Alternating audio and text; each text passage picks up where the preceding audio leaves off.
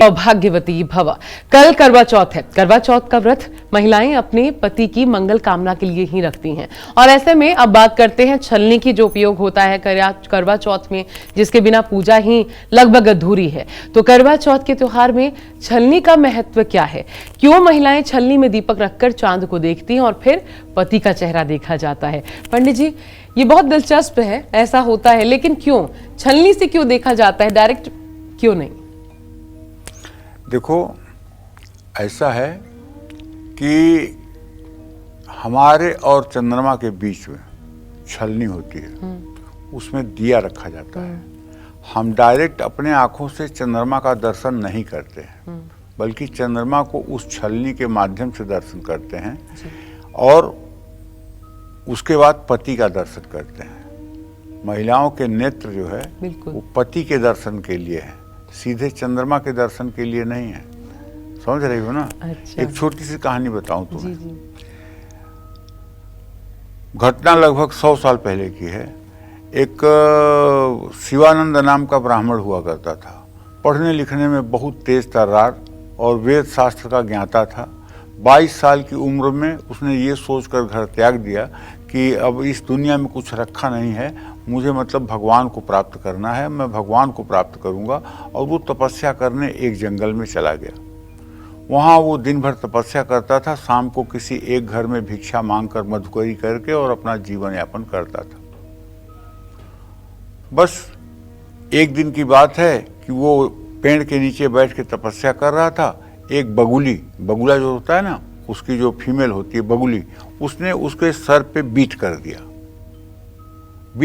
तो इसने देखा कि ये कौन है, तो देखा तो ऊपर बगुली बैठी हुई थी। जब बगुली को उसने ध्यान से देखा तो बगुली जल करके नीचे आकर के गिर गई, जल गई। तो उसके मन में आया कि मैं तो सिद्ध हो गया, मेरी आंखों में इतनी शक्ति आ गई कि मैं अब किसी को जला भी सकता हूँ। और ये सब अभिमान उसके मन में आया और वो शाम को मधुकरी के लिए, भिक्षा मांगने के लिए एक नगर में पहुंचा। तो एक सुंदर सी महिला जो है अपने दरवाजे पर खड़ी थी, उससे कहा कि देवी भिक्षा दे दो। तो कहा हाँ रुकिए महाराज जी, मैं भिक्षा लेके आती हूँ। और वो भिक्षा लेने घर के अंदर जाती है और उधर क्या होता है कि दूसरे दरवाजे से उसका पति प्रवेश करता है। पति को देखते ही उसने तुरंत कुर्सी लगाई और पति का जूता मोजा खोल करके उसे एक गिलास पानी दिया और कहा कि स्वामी, अगर आपकी आज्ञा हो तो मैं एक भिक्षुक आए हैं सन्यासी, उनको कुछ दे दूं। हाँ हाँ, जाओ जाओ, तुरंत जाओ, देर मत करो। और वो भिक्षा लेकर आई। तो शिवानंद ने पूछा कि देवी, भिक्षा लेकर आने में इतनी देर क्यों कर दी? तो बोले वो मेरे पति आ गए थे, थोड़ा उनके आगे स्वागत में लग गई थी, इसलिए थोड़ा विलम्ब हो गया, क्षमा करिएगा। कहा अच्छा, इसका मतलब कि हमारी कोई वैल्यू नहीं, आप मुझे जानती हो? कहा मैं आपको जानती हूँ, लेकिन आप मुझे नहीं जानते। बोले क्या? कहा मैं कोई बगुली नहीं हूँ कि जल जाऊंगी। मैं पतिव्रत परायण हूँ। मैं अपने पति में भगवान श्री हरि विष्णु को देखती हूँ। उनके एक एक अंग में मुझे विष्णु की झलक नजर आती है। और ये जो पूछ रहे हो कि मुझे कैसे मालूम हो गया ये बगुली का इतिहास, मेरे पति के प्रति समर्पण के कारण भगवान ने ये सारी बुद्धि मुझे दी है। बोले मेरा भी तब कल्याण करो देवी, क्योंकि मैं तो भटका हुआ हूँ, तुम्हें तो इतना ज्ञान है। उसने कहा इसका जवाब आपको एक कसाई देगा, उसके पास जाओ। वहाँ वो गए, देखे तो कसाई अपनी मांस ऐसे ऐसे काट कूट रहा था। तो उनको घिन आई, वहाँ से हट के जाने लगे कि अरे बेवकूफ़ बना दिया उसने यहाँ आके बैठा। कसाई ने कहा अरे शिवानंद जी महाराज कहाँ जा रहे हैं, आइए। तो उनको बहुत चक्के हो गए, हमारा नाम इसको कैसे मालूम? बोला अभी रुकिए, चलते हैं, आपको दिखाते हैं आपके प्रश्नों का जवाब। तो दुकान बंद करके अपने घर ले गया उन्हें और दिखाया कि एक सुंदर से पलंग पर सुंदर बिछौना लगा हुआ है, उस पर माता पिता वृद्ध बैठे हुए हैं और बड़े सुखपूर्वक आपस में वार्ता कर रहे हैं।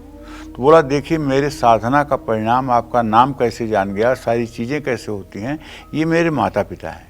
इन्हें मैं प्राणों से ज़्यादा पूजता हूँ और इनकी देखभाल करता हूँ, इसलिए मुझे ये ज्ञान मिला है।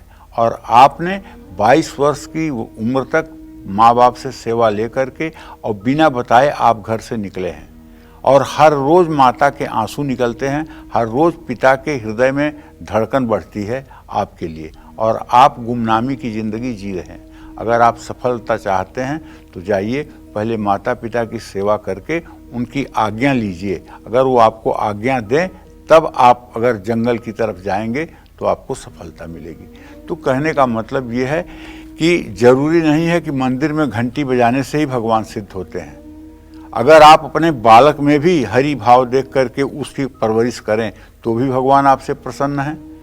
अगर आप अपने पति में भी भक्ति भाव से, आप अपने पत्नी में अगर लक्ष्मी भाव देखना शुरू करें, लक्ष्मी भाव देखना शुरू करें, तो मैं गारंटी के साथ कह सकता हूं कभी दरिद्रता आ नहीं सकती। जो पुरुष पूरे जीवन अपने पत्नी के लिए एक अपशब्द का प्रयोग न किया हो और जो पुरुष अपने पत्नी से राय लेकर के काम करता हो, वो पुरुष कभी धनहीन नहीं हो सकता, नहीं हो सकता, नहीं हो सकता। ये मेरी मान्यता है। और पत्नी का अपमान करने वाला, पत्नी के साथ विश्वासघात करने वाला साल 2 साल के लिए खुशहाल हो सकता है, लेकिन उसकी बर्बादी एकदम निश्चित है, उसकी बर्बादी एकदम निश्चित है, इसमें कोई दो राय नहीं। और आशा एक बात अपने दर्शकों को बताना चाहूँगा कि देखिए, आज से लेकर के दिवाली तक, भैया दूज तक हम अपने ग्रंथों का अध्ययन कर रहे हैं और आपके लिए सुख संपन्नता के लिए, आपके सुख संपन्नता के लिए, कैसे आप सुखी और संपन्न रहें, कैसे आपके घर से बीमारी, दरिद्रता, कलेश दूर हो जाए, उसके लिए ढेरों उपाय बताएंगे और उन उपायों को आप करेंगे तो उसका लाभ भी आपको मिलेगा। तो निश्चित रूप से अब से लेकर के और भैया दूज तक एक भी दिन का कार्यक्रम मिस मत करिएगा, क्योंकि मेरी मेहनत रंग लाए, यही मैं चाहता हूँ। अच्छा, अब विषय पर आते हुए मैं ये कहना चाहता हूं कि करवा चौथ में बहुत सी महिलाएं छलनी में दीपक रखकर चांद को देखती हैं और फिर पति का चेहरा देखती हैं।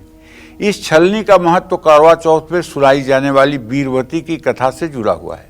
बहन वीरवती को भूखा देख उसके भाइयों ने चांद निकलने से पहले एक पेड़ की आड़ में छलनी में दीप रख करके चांद बनाया और बहन का व्रत खुलवा दिया।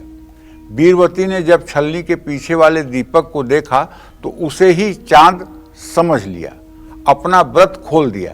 इसके बाद वीरवती के पति का निधन हो गया। जब वीरवती को सच्चाई का पता चला तो वो काफी दुखी हुई और पति के मृत शरीर को अपने पास ही रख लिया। इसके बाद 1 साल बाद जब करवा चौथ का दिन आया तो वीरवती ने एक बार फिर विधि पूर्वक करवा चौथ का व्रत रखा और पूरे नियम का पालन किया। इससे मां प्रसन्न हो गई और वीरवती के पति को जीवित कर दिया। यही कारण है कि सुहागिन महिलाएं छलनी और दीपक को लेकर उगते चांद को देखती हैं, ताकि उनके साथ किसी तरह का छल न हो सके और उनकी पूजा विधि पूर्वक संपन्न हो सके। जय मां विंध्यवासिनी।